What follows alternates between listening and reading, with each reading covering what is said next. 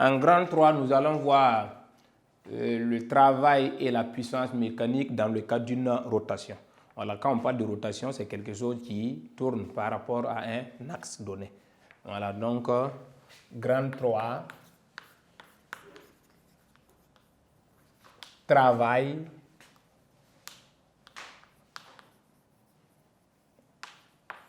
et puissance mécanique dans le cas d'une rotation. Donc, en petit 1, nous allons voir le travail mécanique dans le cas d'une rotation. Travail mécanique. Et là aussi, c'est pas compliqué. Ça dérive. On vient de voir que W est égal à F fois L.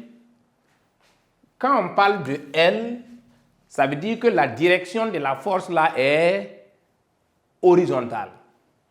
Quand on remplace L par H, ça veut dire que la direction est verticale.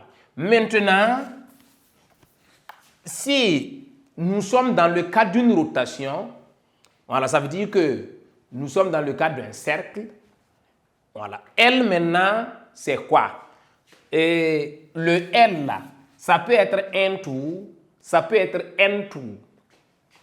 Donc ici, on va revenir juste pour vous expliquer, puis on va revenir, on va noter pour que vous puissiez garder. Le travail étant égal à F fois L, si nous sommes dans le cadre d'une rotation, on peut parler par exemple, on peut faire par exemple un tour, on peut demander un tour du cercle, ce qu'on appelle la circonférence. Maintenant, pour ceux qui maîtrisent leur formule, comment on peut calculer la circonférence d'un cercle? Voilà, donc L là, elle peut remplacer ici, c'est pour un tour, L là c'est 2pi fois R. Donc ici, le travail W pour un tour, ça donne quoi? F multiplié par quoi? 2pi fois R. Voici le travail mécanique, voilà, dans le cas d'une rotation. Si c'est pour un tour, j'ai dit pour un tour. Maintenant, ça peut arriver quand on parle de n tours. Voilà, le n là n'est pas défini. Ça peut être 10 tours, 20 tours, 100 tours. Voilà, mais si c'est pour n tours, ça veut dire que la longueur L maintenant, c'est pour un tour multiplié par n. Donc, ça donne quoi? 2pi R, ça c'est pour un tour, multiplié maintenant par petit n. Voilà, donc, ici maintenant, pour n tours, le travail W devient quoi? Ça donne F fois 2pi R fois n. Voilà, donc, cette formule, on peut réorganiser pour pouvoir faire sortir ce qu'on appelle le moment. Puisque au niveau des poulies, on a vu ce qu'on appelle le moment d'une force. Donc ici, on peut dire, ça c'est juste pour réorganiser ces différents paramètres-là, on peut dire que ça donne quoi? 2pi n fois F fois R. Voilà, ça et puis ça, c'est la même chose. Voilà, vous voyez qu'avec la multiplication, on peut permettre les facteurs là sans pour autant changer le résultat. Voilà, donc si on a 2 fois 3 fois 4, on peut dire que ça donne 4 fois 3 fois 2, ça donne 3 fois 2 fois 4. Donc ça veut dire qu'on peut organiser comme on veut pour pouvoir travailler. Ça ne change pas le résultat. Voilà, donc ici, qu'est-ce qu'on peut dire ici?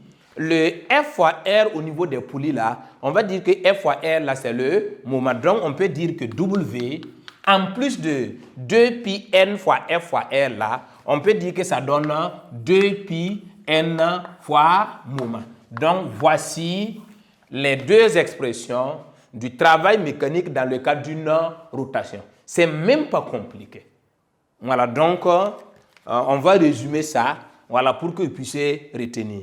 Mais en gros, ça ne dépasse pas ça. Il faut comprendre. Si vous comprenez là, ça veut dire qu'il n'y a pas de panique. Voilà, donc juste, on va résumer ce que je viens de vous expliquer. C'est de façon simple. Ici, le travail W est égal à F fois L. Voilà, tout part de là. F et W est égal à F fois L. En fait, c'est l'expression de L qui change. Donc ici, expression de L pour un tour complet, L est égal à 2πr. Voilà, en sixième, vous avez vu ça. Voilà comment on peut calculer la circonférence d'un cercle. Voilà, donc L est de même au primaire, vous avez vu ça, donc 2πr. Voilà, maintenant, expression de L pour n tours complet. Ici, le L maintenant, ça donne 2πrn. Voilà, donc, ou bien 2πn fois r, c'est la même chose. Donc, ici, W qui est égal à F fois L, expression de L pour, de L pour n tours complet. On a L est égal à 2πr fois n.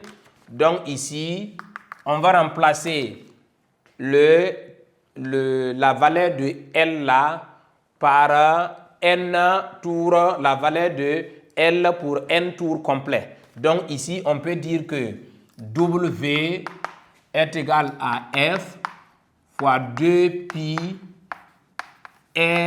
fois n. Maintenant, on peut réorganiser ça.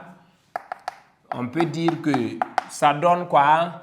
2πn fois F fois R. Voilà, donc F fois R.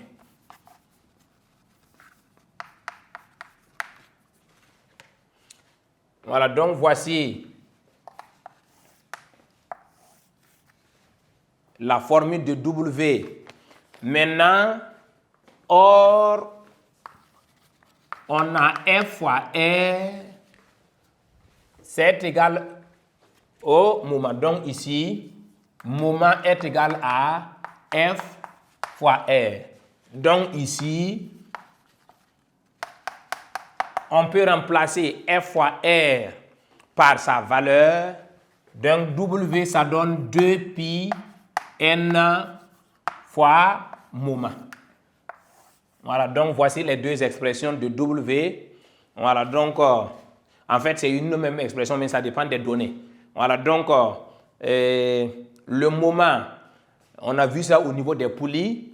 L'unité de moment, c'est Newton-mètre. Voilà, donc si vous voyez, par exemple, 20 Newton-mètre, ça veut dire que ça, c'est le moment qu'on nous a donné. Mais si on vous donne, par exemple, 10 Newton, voilà, ça, c'est la force. L'élève ne doit pas confondre la force F et le moment. Voilà, donc c'est les unités, on regarde. Si on dit 100 Newton, tu ne peux pas dire que 100 Newton, là, c'est le moment. Non, non, non. Newton, là, c'est quelle grandeur physique qui s'exprime à Newton? C'est la force. Maintenant, c'est quelle grandeur physique qui s'exprime en Newton-mètre? C'est le moment. Voilà, donc en fait, ce sont les... Si on donne par exemple la force, vous prenez cette expression. Maintenant, si on vous donne le moment, vous prenez cette expression. Voilà, donc c'est plus simple que ça. Voilà, donc il ne faut pas chercher à compliquer la tâche. Non, non, non, non, non, non, on n'a pas besoin de ça. Voilà, donc toujours est-il que, juste vous rappeler que le travail s'exprime toujours en joules.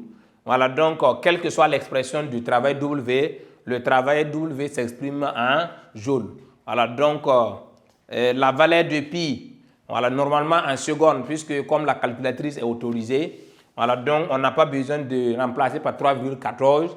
Voilà, puisque l'expression de pi n'est pas égale à 3,14.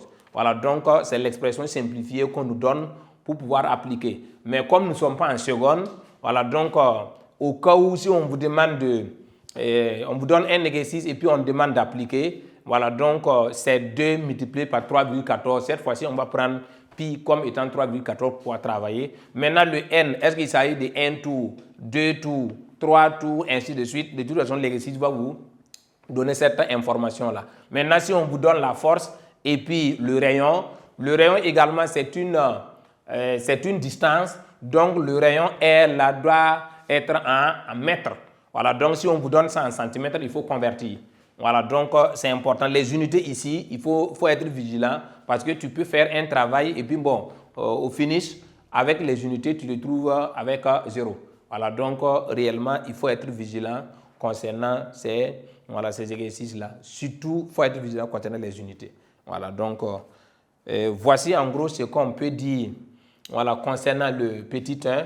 Nous allons voir maintenant en petit 2 la puissance mécanique dans le cadre d'une rotation. C'est même pas compliqué également, puisque si on a le travail mécanique dans le cadre d'une rotation, normalement pour pouvoir identifier également la puissance là, c'est simple.